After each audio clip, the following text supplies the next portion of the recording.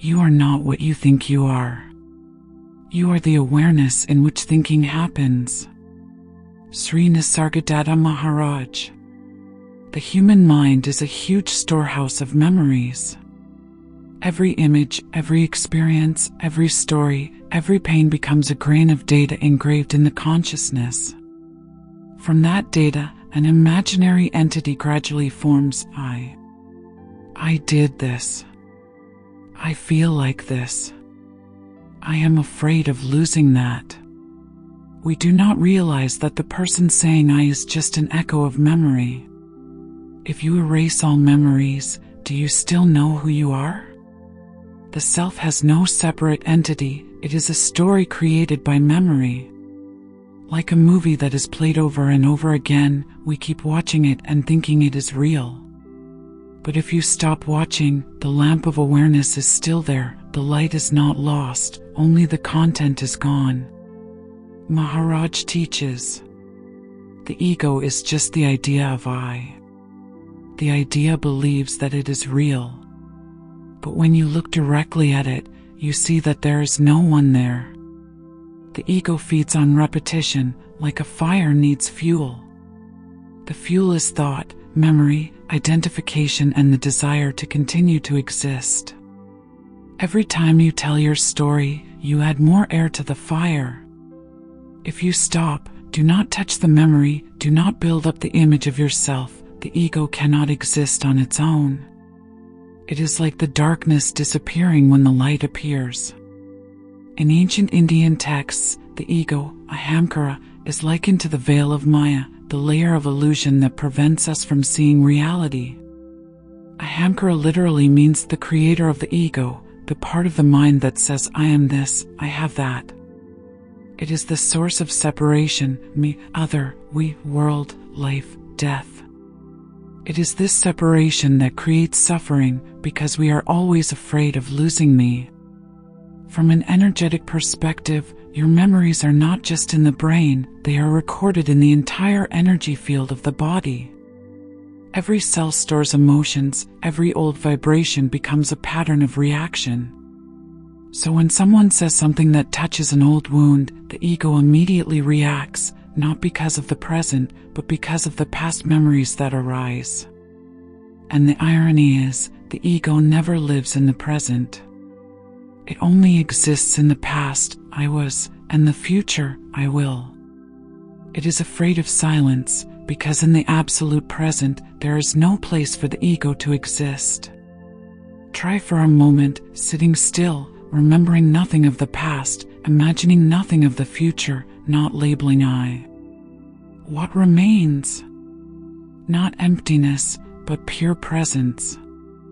A sense of calm, clarity, vastness, formless, limitless. That is your true being. And when you begin to realize this, memory no longer controls you. You can use memory, but you are no longer defined by it. You can say, I remember, and still know that I here is not the one remembering, but the awareness of memory operating. Recognizing the illusion of memory, the cycle of suffering. People do not suffer because of what is happening, but because of what they remember has happened, and what they fear will happen again. Sri Nisargadatta Maharaj. 1. Memory, the bondage of time. In each person, memory is like an underground river that flows forever in the mind. It flows endlessly, endlessly repeating images, emotions, stories, and from that forms what we call I. But Maharaj says, the self that you believe you are is actually just a combination of memory and habitual reactions. None of it is real. We are caught in the flow of memory, where each old event is resurrected through emotions, through mental retellings, through endless imaginary scenes. We repeat the same old fear, the same anger, the same loss, to the point that the old becomes a false present. At this very moment, how many of us are living in the real present? And how many are living in memories of the past or fears of the future? When you let your mind run on autopilot, memory becomes the driver of your life. And since memory is always dead, you also become a person who lives in dead things. In fact, there is no such thing as the past that exists. It is just a wave of consciousness, which you prolong with the energy of attention. Every time you remember, you are giving life to the past, giving it the right to live again, even if only in illusion. And as Maharaj teaches, when you no longer believe in memory, you come back to reality. You are no longer the bearer of the past, but natural being itself. 2. The illusion of the self and the repetition of suffering. All suffering has a common root, identification with memories. Because when you believe I am the one who was hurt, I am a failure, I am a pitiful person, every time you remember, the energy of that emotion is reborn, and you suffer as the first time. This is the repetition of suffering. Memory, emotion, belief, reaction, new memory is reinforced. This is the samsara loop in the mind itself. There is no need for a future life. The cycle is already happening in your mind every time you believe in a memory. Maharaj once said to a disciple, "You suffer not because of what happened, but because you think you are the one who experienced it." This sentence is the door that opens to the highest awareness. When you no longer identify with memory, you will see that every story is just a cloud passing through the sky of awareness. You do not need to erase the memory, you just need to stop identifying with it.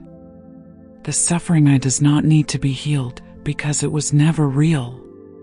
You do not need to try to forgive the past, because the past does not really exist.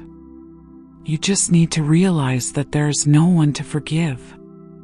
3. When memory becomes the storyteller.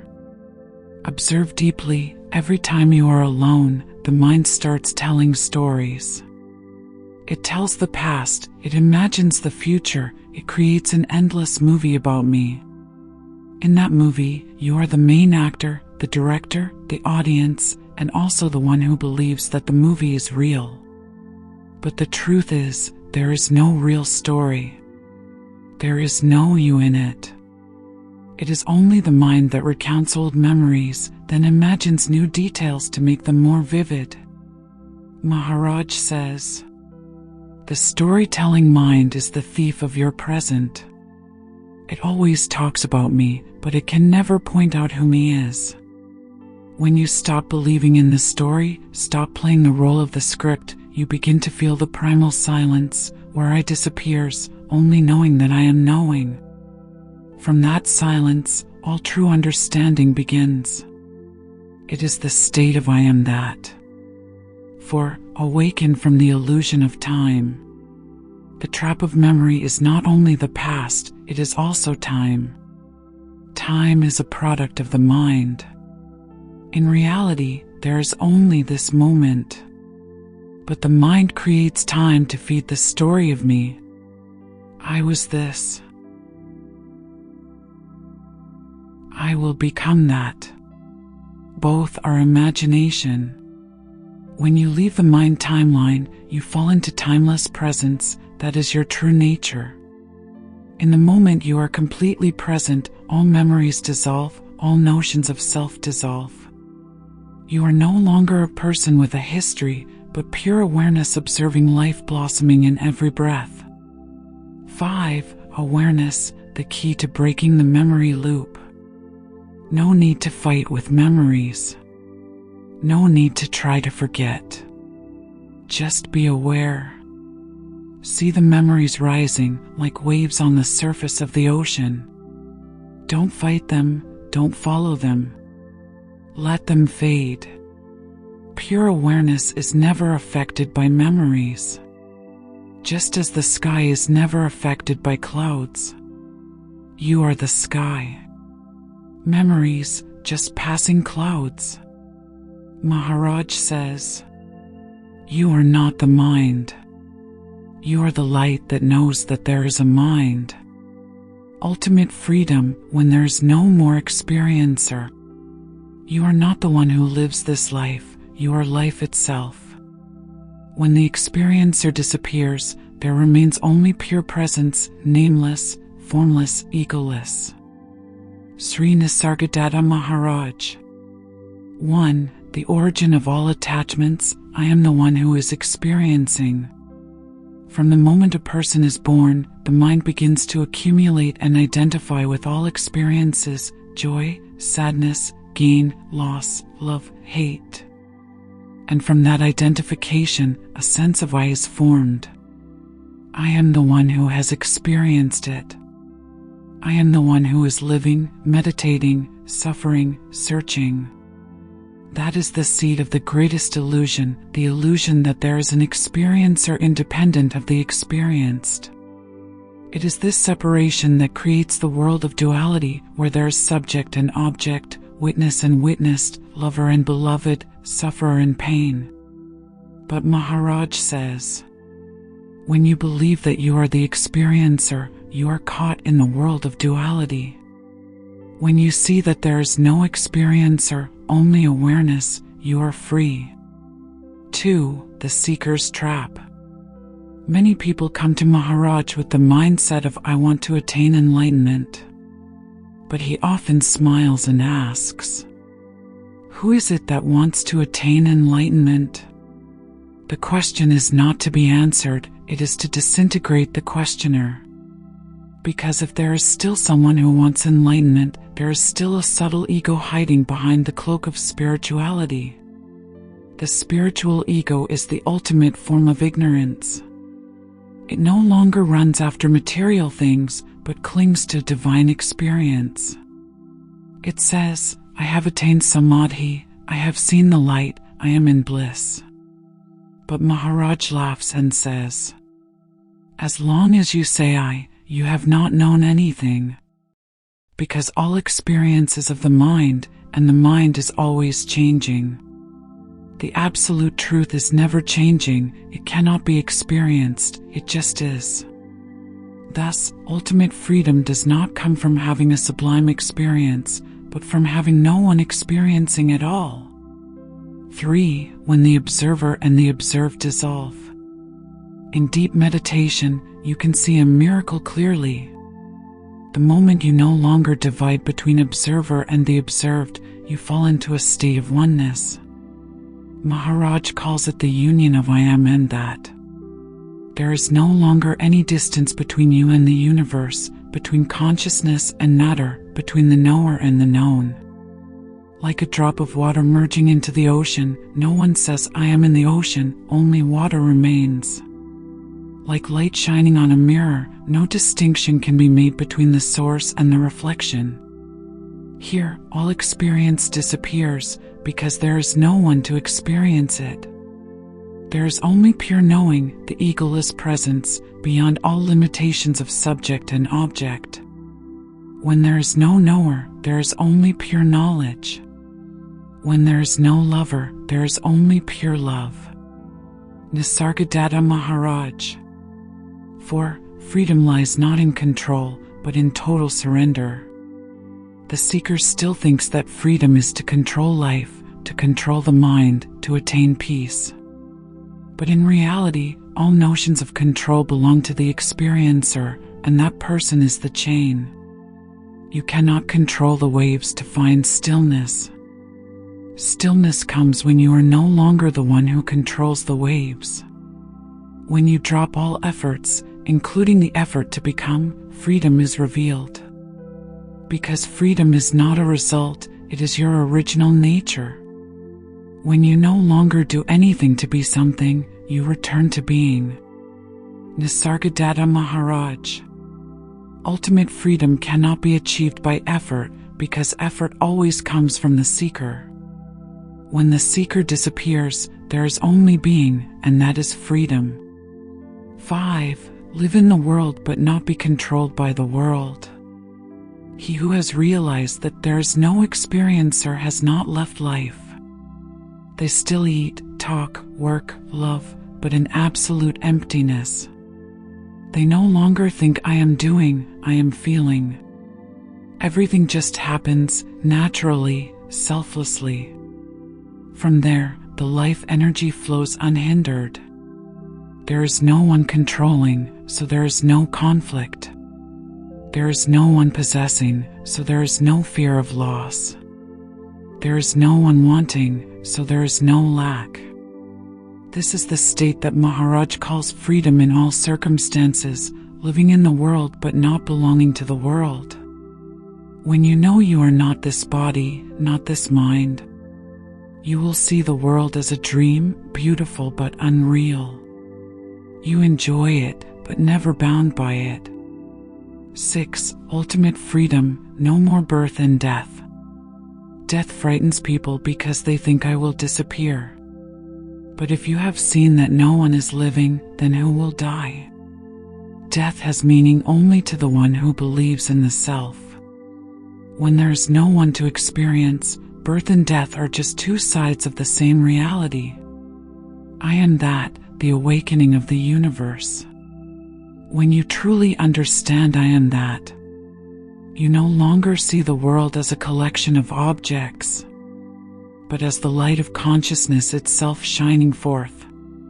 You look at a flower and know that the one who looks and the flower are one. You hear the sound of rain and know that the listener and the sound are not separate. You touch another person and know that love is no longer a relationship between two, but a vibration of one embracing itself.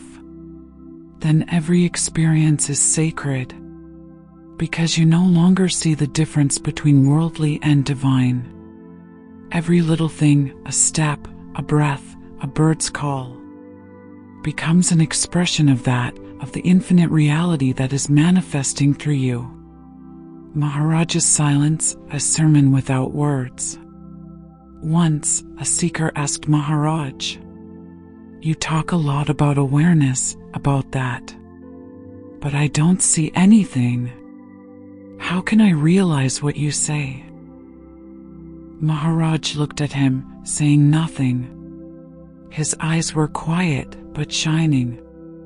For a few seconds, the questioner was drawn into the abyss of silence. There was no more thought, no more question. There was only pure presence, so peaceful, so clear. Maharaj smiled. That is the answer. When the mind is no more, that reveals itself. It has never left you, you were just thinking and didn't see it.